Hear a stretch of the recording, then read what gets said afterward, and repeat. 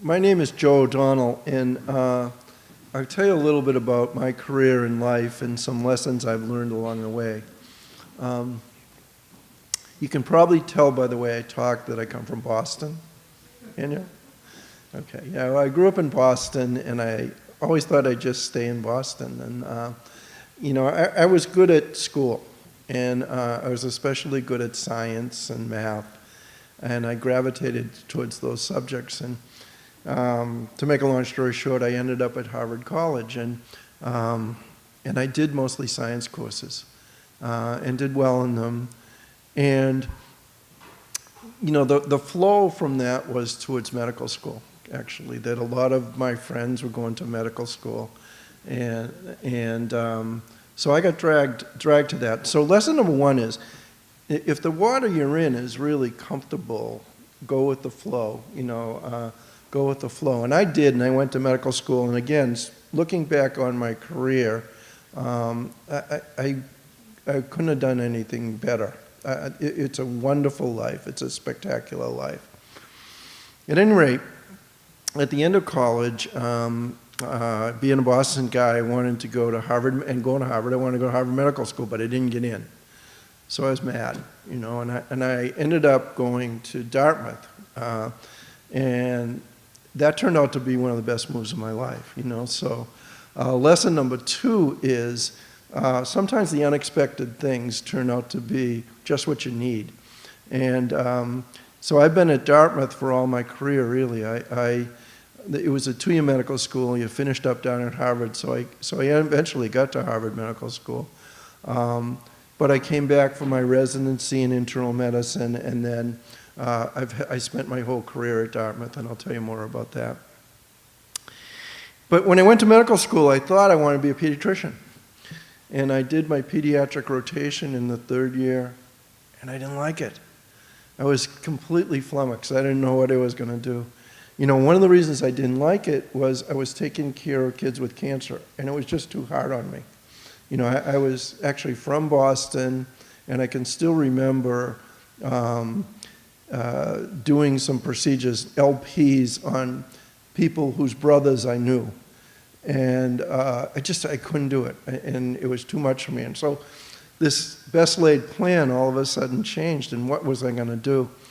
Well, one of the things I realized, and in my case, is a screwdriver has too many moving parts.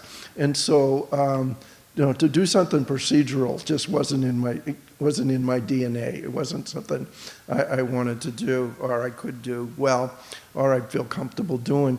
And so I decided to go into internal medicine. And again, that was one of the best moves I ever made in my life. And what I loved about internal medicine from the beginning was whole patient care. I loved the opportunity to think about every organ system. And as I was trying to decide whether to do a specialty or not with internal medicine, the two things that sort of struck me as things I really loved were infectious disease and hematology oncology. And because there were infections all over the place, there were cancers of every organ part. And so in order to be either one of those two things, you had to be a complete internist. And I love doing physical diagnosis. I love talking to people. Anyhow, it turns out I went into hematology and oncology, and again, that was perfect for me. My colleagues that are doing infectious disease clinically, what they would end up doing is seeing a lot of really rare things.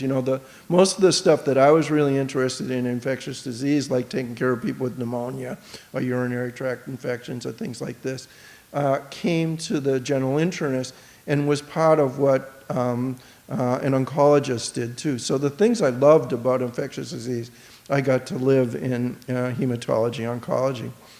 Well, the other thing I loved is I loved figuring out acid-base problems and renal disease. I just loved it. It sort of just, it was great. And oncology has a lot of those too. So I got the chance to figure out a lot of high blood calciums and low blood sodiums, and I was in heaven. In hematology, one of the things I realized about it, what I loved about it, was the beauty of looking at blood cells. I loved looking through the microscope. And even though they were leukemia cells and things like this, pretty bad cells, they were beautiful, the way they were stained and stuff like that. And so that attracted me, and I loved that about that.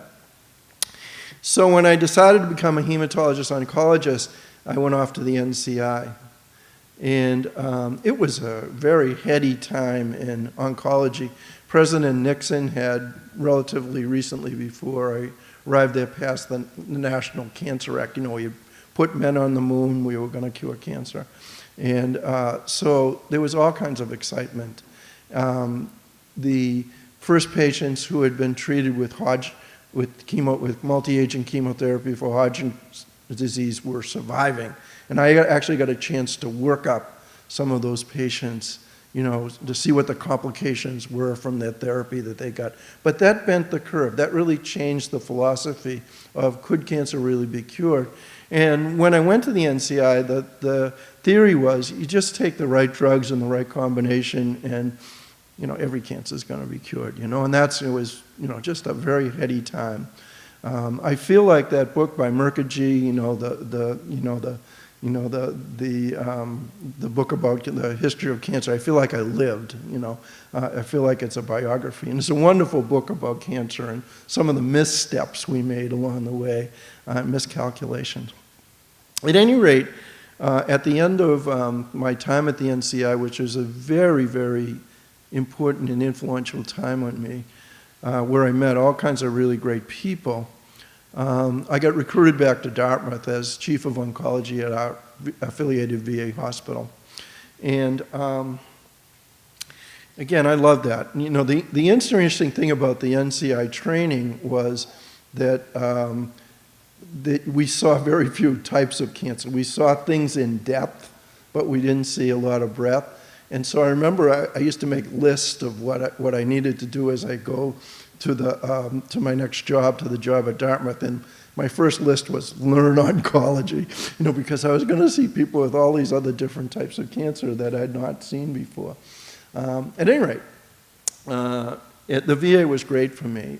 It was treating a population of sort of salt-of-the-earth guys who it was really, I could really relate to, and they were really just good people. I loved it. But there was one day during my early career, and it was the day that week the data had come out about what's called adjuvant therapy for breast cancer, which looked like it was going to cure breast cancer. And all of a sudden, the curves were coming together, you know. And I had been doing a lot of work in a type of lung cancer called small cell cancer of the lung, and it looked like we were on the verge of really conquering that. But those people were all relapsing, and I said to myself, "What am I doing? What's going on?" And it changed my whole outlook on what I did in my job in oncology, because as I thought about what was I doing, I thought about the reason why my patients were there in the VA for the most part. And the answer was pretty simple right in front of me. It was smoking. It was their behaviors. And their behavior, for the most part, the reason we get cancer are the behaviors we have. And if you can do stuff to change behaviors, that would be a great thing. So that's my third lesson is, you know, look at what's right in front of you and, make some things. So I started this interest in trying to do cancer prevention. The other thing that sort of struck me at that time was a lot of my patients were dying. And what struck me is that we were doing a very poor job with end-of-life care. And it was, around the time of the birth of what was called palliative care or palliative medicine. As a matter of fact, there were a group of us in oncology who used to go to the cancer meetings, and we'd be sitting in the cocktail lounge afterwards talking about patients with cancer died, which was like, well, some patients with cancer died, and people would go by us and say, those people are the fringe of oncology. And somebody said they're not the fringe, they're the lunatic fringe of oncology. But many of these people became really big shots in the field of palliative medicine, got it designated as a specialty. But it's something that really appealed to me. And what really appealed to me was the whole patient aspect of it. You know, the fact that it was not only a biological thing, but it was a psychosocial, spiritual, emotional. And I realized all of those things had been important to me. It was one of the reasons I liked whole patient care to begin with. So understand your feelings is another lesson, and what are the things that really appeal to me. Well, around that time, and I had always been interested in education, I got asked to join the dean's office. Actually, the guy I replaced became the dean here at Sophie Davis. And so I became in the dean's office at the medical school in charge of education, in charge of student affairs, in charge of minority affairs, and all kinds of different things. And one of the things they asked me to do was meet a person who was coming to do the convocation address at Dartmouth. And this person's name was Dr. Bob Coles. He is a big shot. He had won the Pulitzer Prize for his study of children in crisis, which is the kids in the 1960s going into the segregated schools in the South. And after that, he wrote about 1 million books. And he came to Harvard, and he took Erik Erikson's place in teaching this Gigunda course at Harvard called The Literature of Social Reflection. And he had 2 books that really became my mantras. One was The Call of Stories and Literature and the Moral Imagination. Another one is called The Call of Service. And this business of stories and service sort of came together. And one of the things I realized is that I had within me this thing that I was suppressing, this love. My journey in science had made me sort of unidimensional. I was interested in this whole patient stuff. And all of a sudden, I saw this opportunity to use literature, the humanities, the arts, and things like this to actually broaden my perspective, and in education to really broaden the way I taught or the way I viewed a practice. And it became really influential to me. It made me start to think about spirituality in medicine and a whole bunch of different things that were sort of not mainstream topics within a medical school, humanism in medicine and things like that. And so one of the things, the call of service and the call of stories that Coles taught me was that what you're doing is experiential stuff combined with reflection was the way to learn. And so I began to promote doing experiential stuff for the Dartmouth medical students. And we won national awards for all the community service things we were doing. But it was right there, hidden in plain sight, right in front of us, that there was many needs in the communities right in front of us, especially around behavior change and end-of-life care and a whole bunch of other things. And diversity, health disparities. I'll come back to that in the end when I have a lesson. But what I mentioned earlier in that thing about your values and your actions becoming resonant, this was my moment of becoming divided no more, that all of a sudden I realized that what I really valued and the way I wanted to act could be consonant. And so I began to work to stimulate people to do community service and to work on all kinds of prevention projects and community projects and things like that.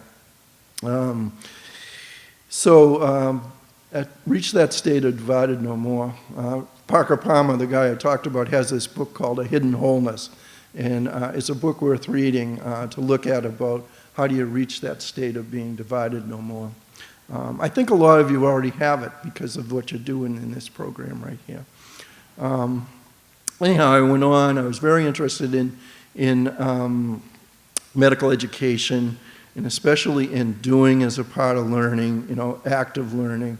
And I've been a huge advocate of, how people learn, and especially the newer, more modern techniques of problem-based learning and team-based learning, and now the Khan Academies, flipped classroom stuff, so trying to change medical education towards more of an active pursuit rather than where it's yapping at you from the front of the room and stuff that really doesn't really sink in. And then having people having as much experience with people as possible. So anyhow, that's been my career. I went from sort of real science only, sort of regular oncologist, clinical trialist, to somebody interested in prevention, in palliative care, and in whole patient care. As oncology has evolved and there's all this stuff about the immune system and how important it is, and microbiome and things like this, that stuff is really fascinating to me. I think oncology has always been a huge, a huge intellectual interest to me, and it continues to be. And this stuff about designer therapy, individualized therapy is really very, very interesting. So oncology, our cancer stuff, is really interesting to get into. A few lessons along the way. There's some organizations that you'll have a chance to join. You don't even know what they might be right now. But one organization that I got sent to, and I didn't know very much about it, was the American Association for Cancer Education, which is how I met Alma and Bob and Art and Joe Hartford and stuff like that. But it's been the most formative professional organization that I've ever been involved in, and it's this community of congruence that I said, people being divided no more, working together really on education to do something about cancer. So if in your life another lesson is to find something like the AACE or join the AACE, come to the meetings right now. I think that's a useful thing where you will get mentorship and colleagueship and networking that'll be really unbelievable. For me, it's allowed me all kinds of things, both at home and nationally and internationally, to do that have been really meaningful in my life. The second thing, the second lesson sort of late in my life that I've had is, I got sick. I had what's called a subdural hematoma a few years ago. And so I had, blood on my brain. I don't know how I got it, but, I was really very, sleepy. And when I came home from the emergency room after they had diagnosed that, they told me, don't think, don't use the rest of your brain. So, of course, all I could do was think. And what I started to think about was what was important. And what was really important was doing stuff that had meaning, and purpose. So I began to read stuff about meaning and purpose in life. And having meaning and purpose in what you do has all kinds of health benefits. Number one, it has all kinds of positive outcomes. So I decided in my life that was very busy and I was doing 50,000 things, that what I do is try and limit it down to those things that really gave me meaning and purpose. And so those are the things that I've been trying to do in the latter part of my life. One of the other lessons that I think I mentioned, that about 80% of what causes cancer, or maybe even more, is related to our behaviors. And so if we can do stuff to take care of behaviors, that's really good. The other thing I've realized is that the social determinants of illness are unbelievably important. And you're in a place where you can work on the social determinants of illness, because those are the things that I think that really affect people a lot. I've gotten friendly with Don Berwick, who's the head of the IHI. He ran for governor of Massachusetts. On his campaign, he used to give this slide about, the United States is #1 in health spending in the world. Do you know who #2 is? It's Switzerland, actually.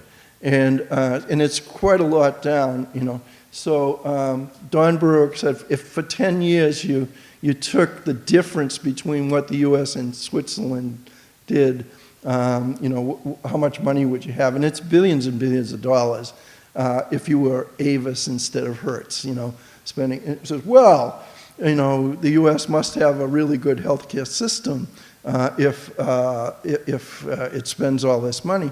And you all know it doesn't. I mean, that it's really screwed up. And in terms of numbers, it's way down the list of countries. Switzerland is way up on the list of countries. So for the second highest spending, they get pretty good health outcomes too. And there's a lot of other countries that have better outcomes than we do, and I think that we learn a lot from them. But a lot of the things, the other slide that Don Berwick showed is what we spend on healthcare and what we spend on other stuff, education, And when you put those two things together for other countries, other countries may come up to match the total spending of healthcare plus social services that we do, or a little bit below it, but they have much more spending on other things, and those things relate to health and health outcomes and good health outcomes. Those are really important things, especially for your people in epidemiology school. The other thing I've gotten really interested later in my life is something called the hidden curriculum. We sort of think of the curriculum that you have in school is what's in the course catalog, the experiences you have and things like that. But there are other things that's called the formal curriculum. There are other ways you learn too. One's called the informal curriculum. That's talking to your teachers after class, talking to your other students about what they're talking about in class. So that's the informal curriculum. The null curriculum is what you don't talk about, which is often very important. But there's something called the hidden curriculum, and that's the institutional culture. That's how the sort of ambience of the institution, influences what people learn. And you can say this is what we should do, and then you watch us doing completely different stuff as faculty, and that completely kiboshes what we say you should do. Anyhow, I've become very interested in the hidden curriculum or the institutional culture. And one of the lessons I think that I see from this group is your institutional culture of the program is very supportive. And the hidden curriculum for this program is very positive and reinforcing. You have great mentors, and you have great peer support and vertical support. So those are things that are very important. So those are the things I think I've learned over my life. Sometimes if you're comfortable where you're going, let it take you.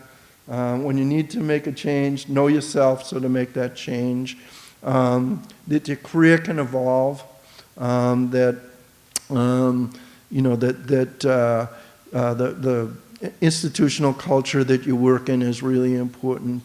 So those are some of the things that I wanted to share with you. Maybe tomorrow, if some of you want to talk about, medical school and how you might get towards medical school, I can give you a little advice there from years of experience of thinking about how students get to medical school. But thank you very much.